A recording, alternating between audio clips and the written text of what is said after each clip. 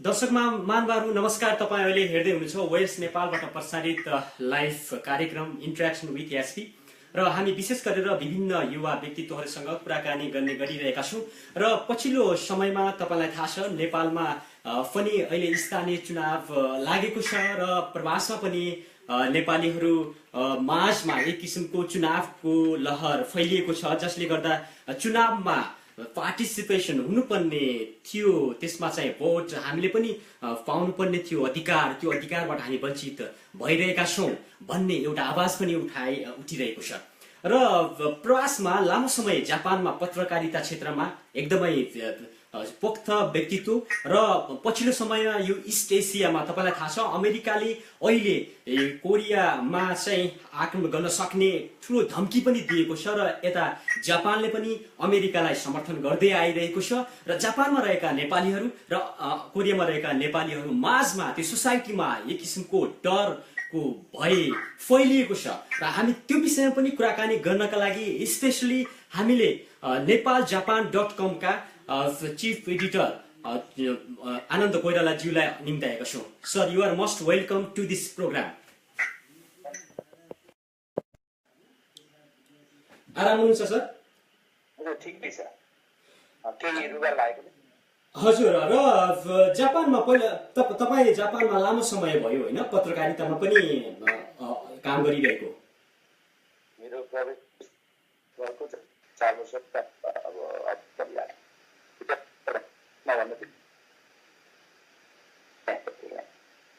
हजुर सर। र आनन्द सर, तपाईलाई थाहा छ र जापानमा पनि ठूलो संख्यामा नेपालीहरू छन् र पक्कै पनि अहिले जो यो किसिम विश्वयुद्ध हुने भन्ने त्रास नेपालीहरूमा फैलिएको छ नि, के भन्नुहुन्छ खासमा यो विषयमा? खास चाहिँ अब जाँदाखेरि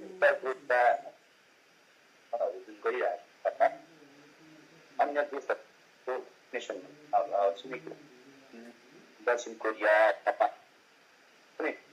राम्रो सम्बन्ध त्यो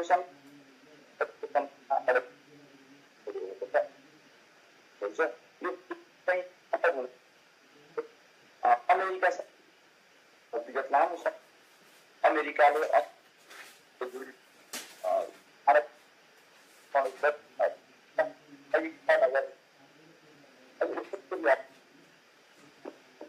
उत्तर कोरियाको निन्दनीय छ,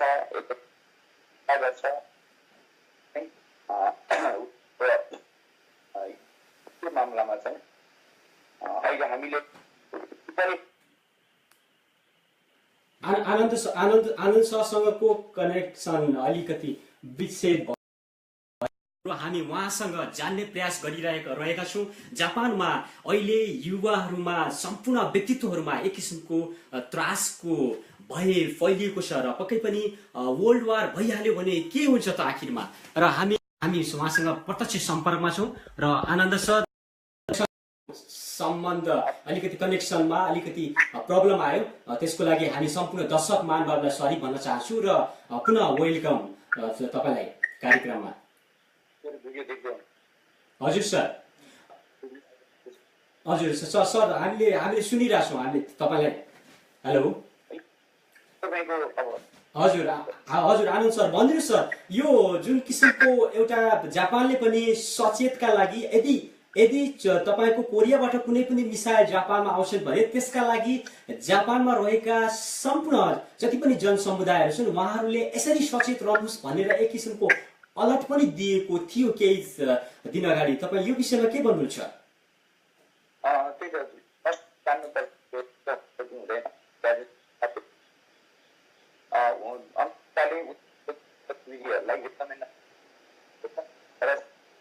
लगातार गरिएको परीक्षणहरू जुन छ, यो परीक्षणहरू घातक चिन्ता व्यक्त गरिएको छ। अमेरिकाको उत्तर हुँदैन। अब त्यो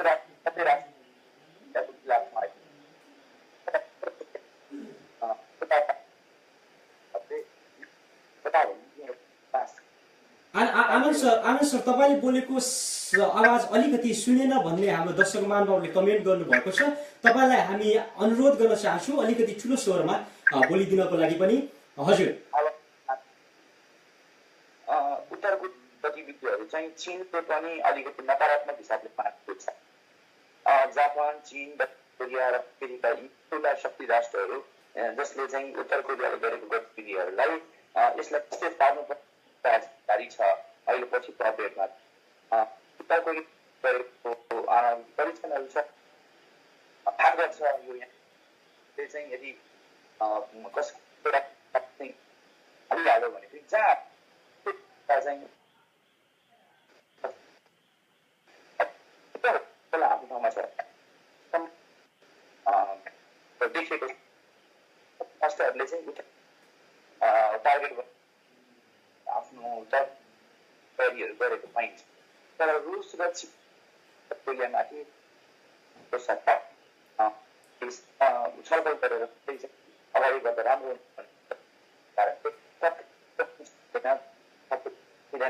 यदि भइगयो भने चाहिँ उत्तर कोरियालाई कसलाई टार्गेट गर्छ भन्छ, पछिल्लो भन्छ जापानलाई कोरियालाई चाहिँ निशाना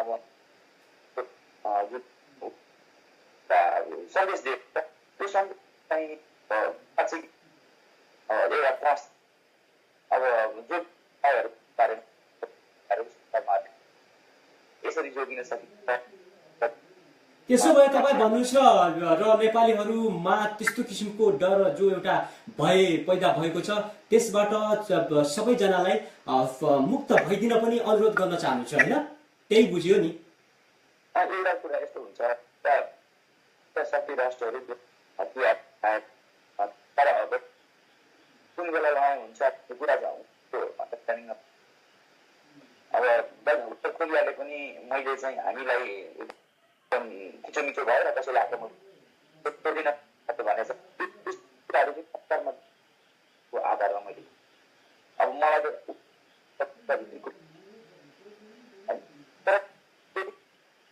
कसैले सुरुवात परिणाम त्यस्तै हुन्छ नमस्ते। अब यहाँ जुन आम नागरिक विदेशी नागरिक जस्तै रहनु चाहिँ अब कुनै हतियार एउटा एकपल्ट जोगिने उपाय मध्येमा चाहिँ सजिलो उपाय त्यही भइरहेको छ आइरहेको छ।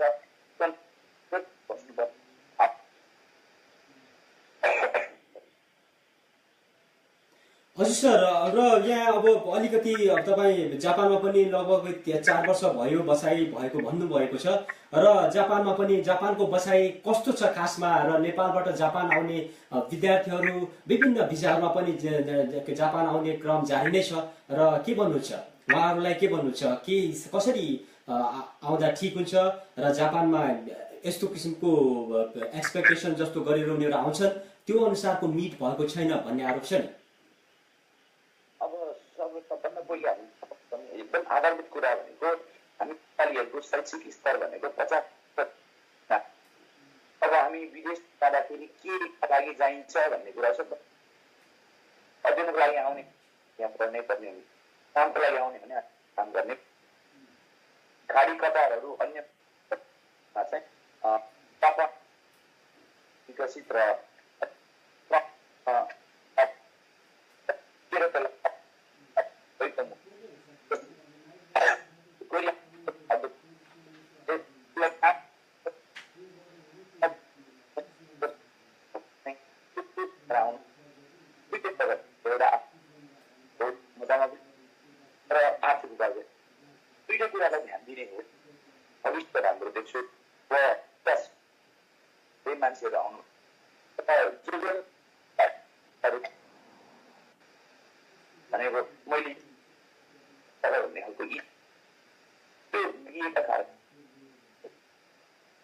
र यो प्रवासमा पनि अब तपाईँ थाहा छ यो प्रवासमा पत्रकारिता गर्न त्यति सजिलो विषय छैन।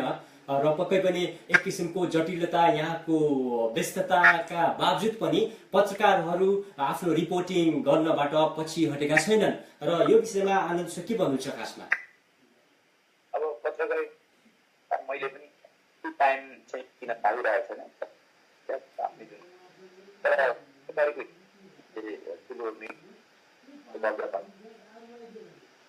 ठुलो मिडिया त्यसमा टिभी त्यस्तो मैले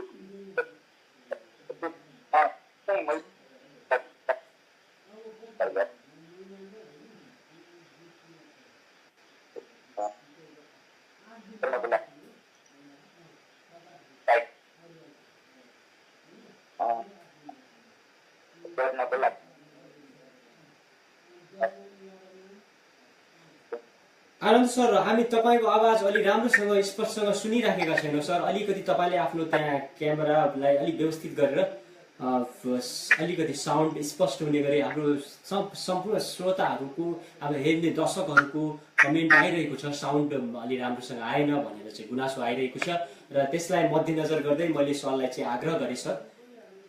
दर्शकहरूलाई मेरो अनुरोध चाहिँ यो मेरो एउटा स्टोर अलिकति सानो पनि भएको छ, त्यसले यो फेसबुक लाइभ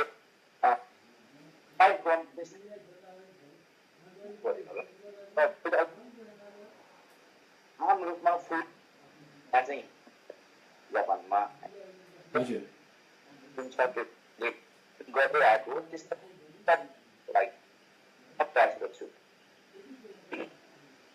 र प्रवासीहरूले अघि पनि तपाईँलाई थाहा छ गैरावासी नेपाली सङ्घ का आइसिसी का उपाध्यक्ष जो एउटा एकदमै भावी हाम्रो अध्यक्षको रूपमा पनि हेरिएको छ र भवनजीले पनि केही दिन अगाडि मात्रै उहाँले भन्नुभएको छ र एउटा प्रवासीहरूको नोट चल्ने तर भोट नचल्ने अहिले स्थानीय चुनाव चलिरहेको छ। आनन्द सर, यो विषयमा पनि अलि आवाज उठिरहेको छ, प्रवासीहरू चुनावबाट वञ्चित भए नि, प्रवासबाट त्यस्तो इलेक्ट्रोनिक भोटिङ सिस्टमबाट इलेक्सनमा भाग लिनु पाउनुपर्ने अधिकार एउटा त्यो राइटबाट हामी वञ्चित भयौँ भन्ने गुनासो छ। यो विषयमा पनि एउटा प्रवासबाट जो एउटा तपाईँ जापानबाट मिडियाको मुख्य ब्रान्चमा हुनुहुन्छ, तपाईँ के भन्नुहुन्छ? यो खासमा यसको सल्भ हुनुपर्ने होइन र?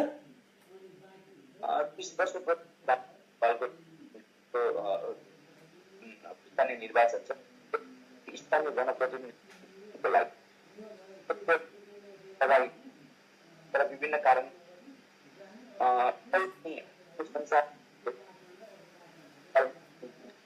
हामी अब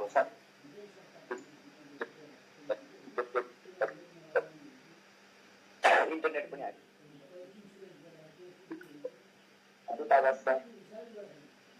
आधिकारिक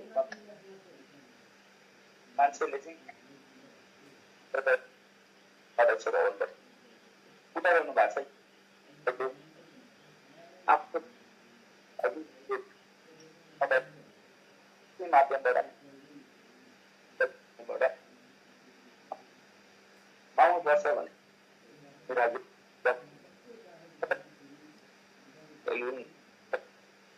तेस्रो निर्वाचनमा पनि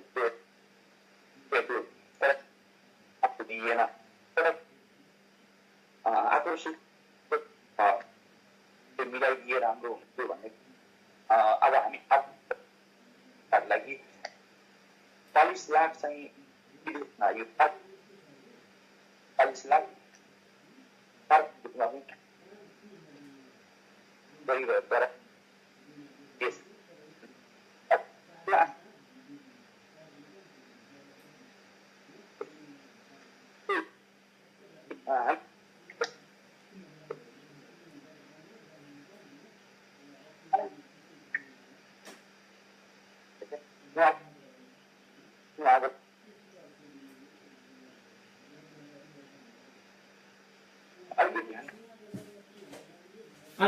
आनन्द सर, तपाईँको आवाज सुनिएन राम्रोसँग। दर्शक महानुभावहरू, हामी तपाईँ लाई क्षमा गर्न चाहन्छु र भन्न चाहन्छु सरी र हामीले हाम्रो दर्शक मानव तमाम दर्शक मानवलाई उहाँको आवाज हुन सक्छ नेटको प्रब्लम र उहाँले भनिसक्नु भएको छ घाँटीको पनि समस्या भएर पनि अलिकति यसका बावजुद पनि हामीले उहाँलाई निम्त्याउने अवसर पायौँ तैपनि प्रयास गर्दैछौँ हामी दर्शक महानुभावहरू तपाईँ यस लाइभबाट पक्कै पनि आजको यस कुराकानीबाट केही यो जो एउटा पूर्वमा रहेको तनाव र यहाँ प्रवासमा रहेका युवाहरूको आवाजलाई हामी समेटेर विश्वमा रहेका सम्पूर्ण नौजवान युवा युवतीहरू जो तपाईँ हुनुहुन्छ प्रवासमा र तपाईँहरू अहिले सुनिराख्नु भएको छ वेस्ट नेपालबाट प्रसारित लाइभ कार्यक्रम इन्टरेक्सन विथ यास्पी र यस कार्यक्रममा हामीले विशेष गरेर प्रवासको समस्यालाई पनि हामीले जोरदारका साथ अगाडि बढाइरहेका छौँ र यसमा चाहिँ प्रवासमै एउटा किसिमको सङ्घर्ष गरिरहेका युवाहरूलाई पनि हामीले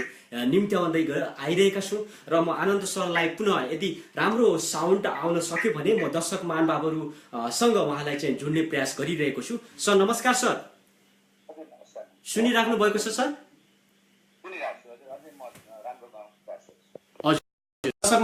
अहिले चाहिँ साउन्ड क्लियर आएको जानकारी मागेको छ सर तपाईँलाई पुनः स्वागत छ कार्यक्रममा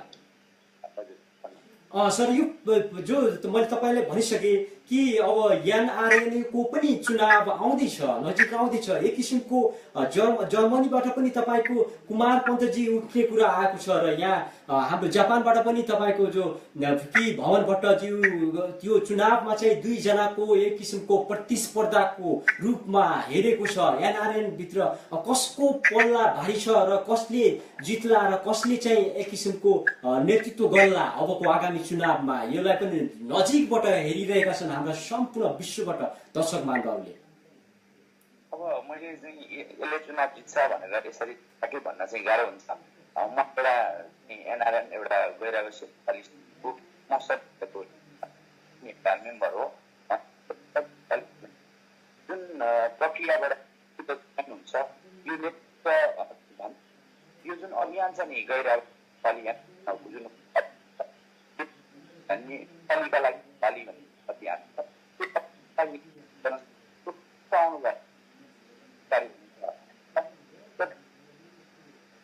राजनीतिक पार्टीको होइन लिडर छान्नलाई चाहिँ एकदमै गुटबन्दी गर्ने जुन एउटा परिपाटी देखिन्छ त्यो परिपाटीलाई चाहिँ गलत रूपमा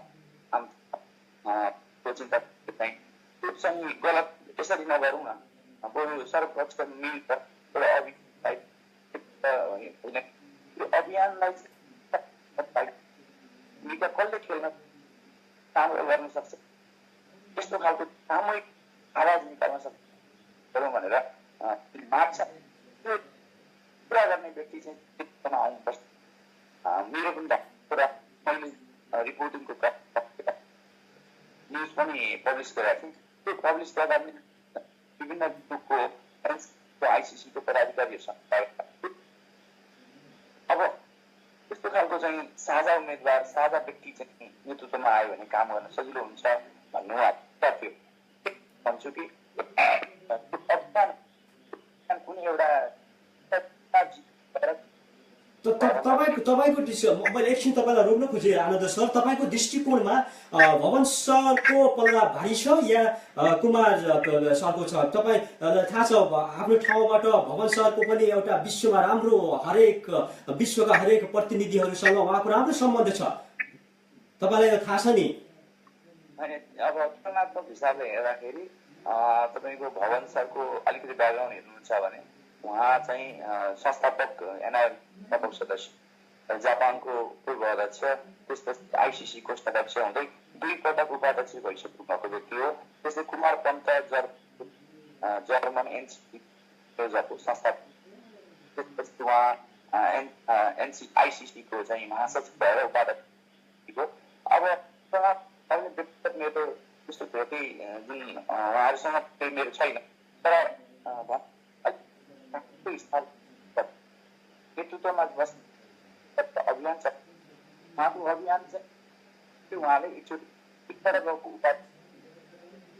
उहाँले अभियान भट्टाको मानिसहरू उहाँलाई त्यसपछि उहाँले अहिलेसम्म चाहिँ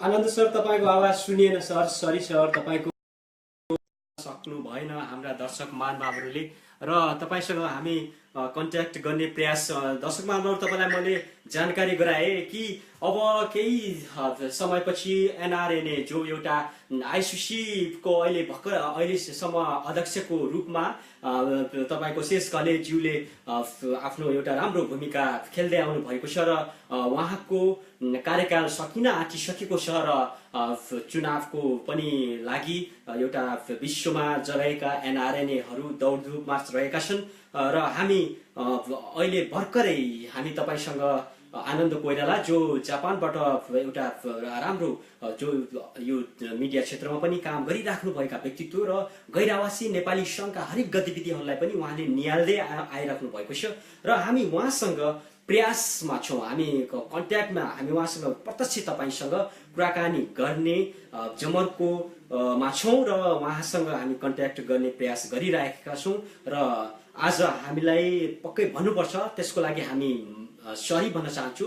we heartily want to say very very sorry to everyone र उहाँसँग हामीले के बुझ्न खोजिरहेको छौँ भने एनआरएनए को चुनावको लागि जो कि जर्मनीबाट कुमार पन्तज्यू र जापानबाट पनि जो एउटा आइसिसी का उपाध्यक्ष हुनुहुन्छ भवन भट्टज्यू अबको आउने चुनावमा अध्यक्ष पदका लागि लड्ने एउटा किसिमको रस्साकसी चलिरहेको छ। यो विषयमा पनि हामी कुराकानी गर्ने प्रयास गरिरहेका छौँ दर्शक महानुभावहरू र तपाईँहरू हाम्रो यस कार्यक्रम इन्ट्रेक्सन विथ एसबीमा हुनुहुन्छ र म तपाईँलाई छोटो के पनि जानकारी गराउन चाहन्छु भने ओएस नेपालले भव्य कार्यक्रम आयोजना गर्दैछ नेपालमा र त्यो पनि एउटा म्युजिक अवार्ड 2074 हो र त्यस म्युजिक अवार्डले 50 जना कलाकारहरूलाई छनौट गरेर 2018 जो क्यालिफोर्नियामा हुन गइरहेको भव्य कार्यक्रमका लागि सेलेक्सन गर्नेछ र त्यसमा सहभागिता जनाउनका लागि तपाईहरूले जेठ 20 भित्र फर्म फिलअप गर्न सक्नुपर्ने हुन्छ र त्यसका लागि तपाईलाई फर्म फिलअप गर्ने विभिन्न जो प्रोसिड्युरहरू छ त्यसको लागि पनि हामी जानकारी गराउने छौँ। त्यसका लागि तपाईले www.osnepal.com मा गएर तपाईले त्यहाँ हेर्न सक्नुहुन्छ र हामीलाई कुनै पनि तपाईलाई त्यो विषयमा फर्म कसरी भर्ने, कहाँ पाउने र कार्यक्रम कहाँ आयोजना हुँदैछ भनेर त्यो सम्बन्धित व्यक्तिसँग तपाईले जानकारी पाउनका लागि कलाकार मित्रहरूले osnepal@gmail.com मा गएर पनि तपाईले जानकारी लिन सक्नुहुनेछ र हामी आनन्द सरसँग कुरा गर्ने प्रयास गरिराखेका छौँ र मैले तपाईलाई भनिसके अहिले इन्ट्रेक्सन विथ यास्मिनमा छौँ हामी र विश्वबाट तपाईँ हेरिराख्नु भएको छ र पक्कै पनि अहिले Korea, Japan, south Korea, Japan, तपाईको युएसए एउटा किसिमको जोइन्ट मिलिट्री एक्सरसाइजेस गरिरहेका छन्। यहाँ जापानमा त्यसको त्रास पनि छ र जापान सरकारले एउटा मिसाइल आयो भने यदि कोरियाले मिसाइल हान्यो भने नर्थ कोरियाले र त्यसका लागि जापानमा रहेका नागरिकहरू कसरी सुरक्षित रहन सक्छ र चिन्ताको विषय के पनि छ भने जापानमा रहेका नेपालीहरू कसरी सुरक्षित रहन सक्छन् र त्यो विषयमा पनि हामीले थोरै कुरा गरेका थियौँ र पक्कै पनि मैले तपाईलाई भनिसके म आनन्द सरसँग कुरा गर्ने प्रयास गरिराखेको छु र उहाँलाई मैले सम्पर्क गर्ने प्रयास गरिराखेको छु र तपाईहरु अहिले हेरिराख्नु भएको छ ओएस नेपाल र ओएस नेपालबाट प्रसारित कार्यक्रम इन्ट्रेक्सन विथ यास्पी हो र मैले तपाईलाई अघि पनि जानकारी गराए र हामी अहिले ओएस नेपालले एउटा अभियान चलाएको छ युवाहरूको एउटा यो ओएस नेपाल युवाहरूको आवाजलाई समेट्ने एक मात्रै विश्वमा जति पनि राष्ट्रहरू छन् हामी त्यो राष्ट्रहरूमा हाम्रा प्रतिनिधिहरू सहित हामीले कार्यक्रमहरू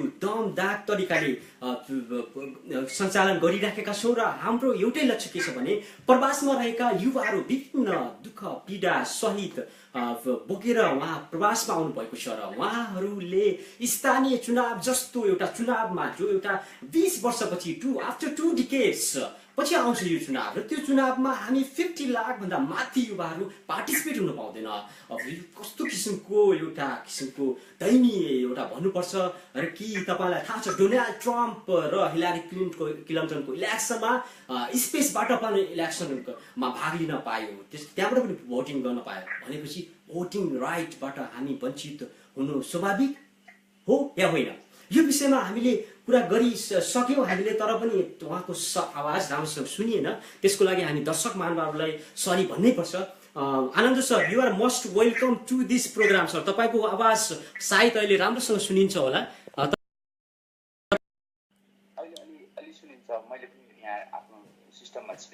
हजुर सर, र हामी दर्शक महानुभावहरूलाई पनि क्षमा भन्न चाहन्छौँ। पक्कै पनि आज हाम्रो अलिकति टेक्निकल प्रब्लम या नेटवर्किङको कनेक्सन सही नभएकोले हामीले कुराकानीलाई निरन्तरता दिन सकेनौँ। त्यसको लागि म धेरै सरी भन्न चाहन्छु सर।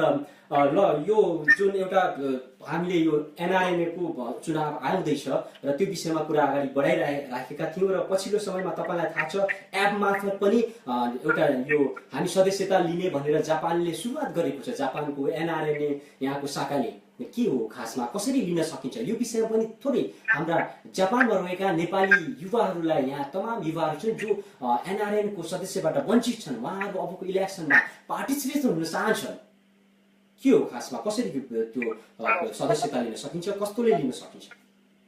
सबभन्दा पहिले बुझ्नुपर्ने कुरा एनआरएन अभियान भनेको के हो, एनआरएन संस्था के हो भन्ने कुरा चाहिँ सबैले बुझ्नुपर्ने हुन्छ। मेरो आवाज सुन्दै हुनुहुन्छ? हजुर सर, अहिले क्लियर आएको छ सर। Thank you sir. अलिकति ठुलो स्वरले बोलिदिनु भयो भने हाम्रा जनता सम्पूर्ण के अरे दर्शक महानुभावहरू अलिकति तपाईँको आवाजलाई क्लियरली सुन्न सक्थे मलाई लाग्छ र सुनिराख्नु भएको छ। एनआरएन मुभमेन्ट भनेको के हो, यो एनआरएन संस्था के हो, यो किन गठन भएको भन्ने कुरा जो मान्छेले बुझ्नु भएको छ त्यो मान्छे चाहिँ खोजी सदस्य भएको छ।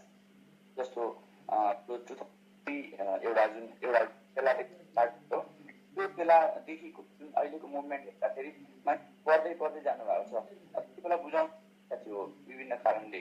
अहिले चाहिँ मान्छेले बुझ्दै आवश्यक रहेछ है, नेपालीका लागि नेपाली भन्ने जुन अभियान छ यो आवश्यक रहेछ है भन्ने हिसाबले चाहिँ धेरै मान्छेले बुझ्नु भएको छ होइन। मेरो आवाज ठिक छ नि होइन?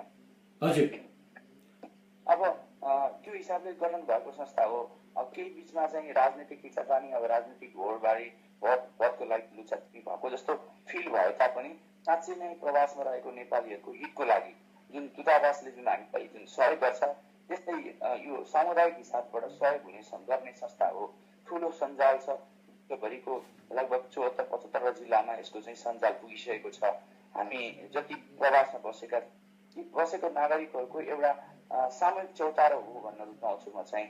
अब यसलाई कसरी बुझ्ने र कसरी यसलाई यहाँले आफ्नो हिसाबले बुझ्नुहुन्छ र कसरी प्रयोग गर्नुहुन्छ भन्ने कुरा तपाईँको आफ्नो विचार हुन्छ व्यक्तिको होइन। अब हामी प्रवासमा आइसकेपछि यदि तपाईँसँग टाइम छ र समुदायको लागि केही गर्नुहुन्छ र आफ्नो हिसाबले यहाँ बसेर नेपालमा केही सहयोग गर्नुहुन्छ भने चाहिँ यो संस्थामा आबद्ध भएर हामीले केही न केही काम सहयोग गर्न सकिन्छ भन्ने मलाई लाग्छ। अब कोइराला नेपालीसँग जापानको जुन कुरा राख्नुभयो त्यो चाहिँ अहिले मोबाइल एप्स नै तयार गरेर सदस्य बन्नु है, सबैको पहुँचमा पनि हुन्छ। एउटा एप डाउनलोड गरौँ, त्यसपछि त्यो एप्स मार्फतबाट सजिलो हिसाबले चाहिँ मेम्बर बनौँ, अनि त्यसपछि विभिन्न एक्टिभिटिजहरूमा सहभागी भएर एकजुट भएर काम गरौँ भन्ने उहाँहरूको अभियान छ। त्यो अभियानलाई चाहिँ यदि साँच्चीकै यहाँले मनन गर्नुभयो भने र सकारात्मक सोच्नुभयो भने चाहिँ हामी त्यहाँ सदस्य बन्नुपर्ने आवश्यक ठान्छु म चाहिँ। अब लगभग पछिल्लो पालि 44-45 जना मान्छेहरू चाहिँ जापानमा सदस्य भइसक्नु भएको छ। अब त्यो सङ्ख्या अझै बढाउने अथवा त्यो बारेमा मुभमेन्टलाई अझै अगाडि बढाउने हिसाबले एनआरएन जापानको पदाधिकारीहरू सुदन थापाजी लगायतको टिमहरू एक्टिभली लाग्नु भएको छ। हाम्रो हितको लागि पनि आवश्यक छ जस्तो लाग्छ। यो हामी जुन प्रवासमा श्रम गर्न यो एउटा हिसाबले 180 दिन कटेको नागरिक चाहिँ एनआरएन हो भन्ने हिसाबले नेपालको संविधानमा पनि उल्लेख भइसकेको हिसाबले हामी त्यहाँ चाहिँ गएर मेम्बर लिँदा हामीलाई फाइदा देख्छु मैले चाहिँ। सर मैले तपाईँसँग अरू कुराहरू पनि जोड्नेछु र यहाँ अलिकति मैले कमेन्ट बक्समा केही हाम्रा दर्शक महानुभावहरू अलिकति कन्फ्युजन भएको मैले देखेँ र उहाँहरूले कमेन्ट पनि गर्नुभएको छ र कमल तिवारीजीले कमेन्ट गर्नुभएको छ यस्तो कार्यक्रम प्रवासबाटै सञ्चालन गरिदिनु भयो भने राम्रो हुन्थ्यो भन्ने छ। यो हामी कमल तिवारी सर त हामी प्रवासबाटै हामी जापानबाटै ब्रोडकास्ट गरिरहेका छौँ र यो नेपालबाट नभएर यो सिधा जापानबाट प्रसारित कार्यक्रम इन्टरेक्सन विथ एसबी हो र हामीले जो यो ओएस नेपालले यो एउटा किसिमको कार्यक्रम सञ्चालन गर्दै आइरहेको छ र हामीले प्रवासमा रहेका युवाहरू विश्वमा छरिरहेका विभिन्न देशहरूमा विभिन्न क्षेत्रहरूमा संलग्न युवाहरूलाई हामी यस कार्यक्रममा पार्टिसिपेसन गर्दै हामी प्रवासका घटनाहरूलाई पनि तपाईँहरू माझ पुर्याउने काम गरिरहेका छौँ। हामीले पछिल्लो समयमा कतारमा रहेका अल्पत्र रहेका कुरालाई पनि हामी सिधा कुरा जनतासँग भन्दा केही दिन अगाडि हामीले यसबाट प्रसारित गरेका थियौँ। त्यो कुरा पनि म तपाईँलाई अवगत गराउन चाहन्छु सर। मैले यहाँ जोड्न खोजेँ र त्यसो भए यो सजिलो छ होइन अहिले यो प्रक्रिया अहिले फर्म भर्न पर्ने आवश्यकता परेन। फर्म पहिला चाहिँ कस्तो परिपाटी थियो भने तपाईँको नेता जो भन्छ चुनाव आउनुभन्दा अगाडि उहाँहरूले चाहिँ फर्म झोलामा बोकेर मसँग यति फर्म छ यति भोट छ भन्ने हिसाबले जुन बार्गेनिङ गर्ने एक खालको परिपाटी चलेको थियो। परिपाटीलाई अन्त्य गर्नको लागि उहाँहरूले अनलाइनको माध्यमबाट एउटा सिस्टम बनाउनु भएको हो। यो चाहिँ सराहनीय काम हो। यदि तपाईँले स्वतन्त्र रूपले पनि सदस्य बन्न पाउनुहुन्छ, कसैको गोजीमा फर्म तपाईँको पुगेर सदस्य होला कि नहोला भन्ने खालको अन्यल हुँदैन। अब तपाईँले डाइरेक्ट इमेल प्राप्त हुन्छ तपाईँको रजिस्टर भयो भन्ने हिसाबले। अनि मतदान प्रक्रियामा भाग लिन पाउनुहुन्छ। मतदान प्रक्रियामा भाग लिए पनि नलिए पनि तपाईँ मेम्बर भइसकेपछि अभियानमा सपोर्ट गर्न सक्नुहुन्छ। नेपालीका लागि नेपाली जुन अभियान छ, नेपालमा विकास निर्माणदेखि लिएर भाइचारा यो समृद्धि नेपालको समृद्धि अभियानको लागि एउटा जुन मुभमेन्ट स्टार्ट गरेको अभियान भएको हिसाबले यसमा मेम्बर बन्दाखेरि चाहिँ अरू अन्य सुविधासँग नै अपनत्वको हिसाबले चाहिँ यो फाइदाजनक हो भन्छु म। र केही दिन अगाडि मात्रै भन्नुपर्छ तपाईँको के अरे यो पत्रकार महासङ्घका केन्द्रीय अध्यक्षज्यू आउनुभएको थियो जापानको महाधिवेशनको कुरा पनि थोरै म जोड्न चाहन्छु र तपाईँलाई मेरो तर्फबाट र हाम्रो ओएस नेपालको तर्फबाट धेरै धेरै शुभकामना छ र तपाईँ एउटा यो के अरे पत्रकार महासङ्घ जापान शाखाको सदस्यमा पनि निर्वाचित हुनुभएको छ। त्यो कुराले गर्दा तपाईँको जो एउटा आगामी कार्यकाल छ त्यो सफल रहोस् भन्ने शुभकामना दिँदै यो कस्तो रह्यो त्यो अधिवेशनमा अलिकति भित्री रस्साकसी पनि देखियो नि। खासमा आखिर यो सबै सङ्गठनहरूमा यस्तै किसिमको देखिँदै जाने हो भने यसले एकताको सन्देश दिन सक्छ र होइन? त्यस्तो यस्तो हुन्छ। यो डेमोक्रेटिक परिपाटी भनेको प्रजातान्त्रिक प्रक्रियामा हामी छौँ। तपाईँलाई थाहा छँदैछ संविधान सभाको गठन भए जस्तै यो एउटा निर्वाचन प्रक्रियामा गइयो। त्यो हिसाबले त्यसलाई अन्यथा लिन नमिल्ला। जस्तै पत्रकार महासङ्घ जापान भनेको जुन पुरानो टिम जसरी स्ट्रगल गरेर एउटा ल्याउनु भएको थियो, अहिले 37 जनाको सदस्य सङ्ख्याबाट अहिले 46 जनाको सदस्य सङ्ख्या पुग्यो। कतिपय साथीहरू समेटिनु भएको छ, कति समेटिनु भएको छैन। त्यो समेटिने क्रममा अलिकति प्रस्तावन जो पुरानो अग्रजहरू हुनुहुन्छ उहाँहरूले चाहिँ यस्तो खालको नेतृत्व भए हुन्थ्यो भन्ने खालको जुन सुझाव राख्नु भएको थियो त्यो अनुसारको चाहिँ समन्वय नहुँदाखेरि त्यसमा चाहिँ 2 जना आकाङ्क्षी भएको हिसाबले निर्वाचनमा गएको मात्र हो। अन्य अब आकाङ्क्षी 2 जना भएपछि निर्वाचनमा जानुपर्छ होइन, जुन प्रजातान्त्रिक प्रक्रिया हिसाब होइन भने चाहिँ खालको अधिवेशनबाटै एक खालको सहमतिमा आउँथ्यो होला। 2 जना उम्मेदवार हुनुभएको हिसाबले निर्वाचनबाट तरिकारी छानिएको कुरा यति हो। योभन्दा अरू यसमा गुटबन्दी अरू त्यस्तो खालको चाहिँ कुनै पनि कुरा छैन जस्तो लाग्छ मलाई। आनन्द सर, मैले अलिकति अब हामी कार्यक्रमको अन्त्यतिर पनि आइपुगेका छौँ र म तपाईँलाई अलिकति चासोको विषय म यहाँ के राख्न चाहन्छु भने यो जापानमा सङ्गठनहरू धेरै भयो र काम चाहिँ गरिएन। एउटा चिया गफको लागि मात्रै सङ्गठनहरू निर्माण गर्ने काम भइयो र जापानमा प्रवासमा यहाँ रहेका जति पनि एउटा समस्याहरू छन् त्यो समस्या समाधानका लागि त्यति चासो व्यक्त गरिएको देखिएन भन्ने आरोप पनि छ नि। जनगुनासो मैले तपाईँलाई त्यही भोइस यहाँ मैले प्रसार गरेको हो है। तपाईँसँग यसको जवाब मैले माग्न खोजिरहेको छु। खासमा के लाग्छ तपाईँलाई? हजुर हजुर ताम्रकारजी, तपाईँको कस्तो हुन्छ भने जति सङ्ख्या बढ्दै गयो उति व्यक्तित्वहरूको चाहनाहरू आकाङ्क्षाहरू एउटा समुदायको आफ्नो इच्छाहरू चाहिँ बढ्दै जान्छ, स्वाभाविक हो। त्यो हिसाबले संस्था गठन हुनु एउटा चाहिँ हुनु नराम्रो होइन। विभिन्न पेसा व्यवसायमा आबद्ध भएर बचेको समयमा समुदायको हितको लागि कसैले केही गर्छु भन्नु चाहिँ नराम्रो होइन, तर त्यसलाई कसरी कहाँ प्रयोग गर्ने भन्ने कुरामा चाहिँ अलिकति आम चासोको विषय, अलिकति विकृति आयो। भेला हुने नाममा चाहिँ रेस्टुरेन्टमा बस्ने खाने पिउने मात्रै गरे भन्ने खालको एउटा गुनासो छ। त्यो गुनासो चाहिँ मैले पनि पाएको छु। जस्तै तपाईँ हामी सङ्गठित भएर कुनै एउटा ठोस योजना गरेर नेपालको विकासको लागि, समुदायको विकासको लागि, व्यक्तित्व विकासको लागि त्यो प्रयोग हुनुपर्छ भन्ने खालको मेरो पनि धारणा हो। अब अहिले आदि 70, 75, 80वटा संस्थाहरू चाहिँ गठन भइसक्यो जापानमा भन्ने छ। विभिन्न नाम तोकिए पनि उहाँहरूको काम गर्ने प्रकृति लगभग एउटै छ।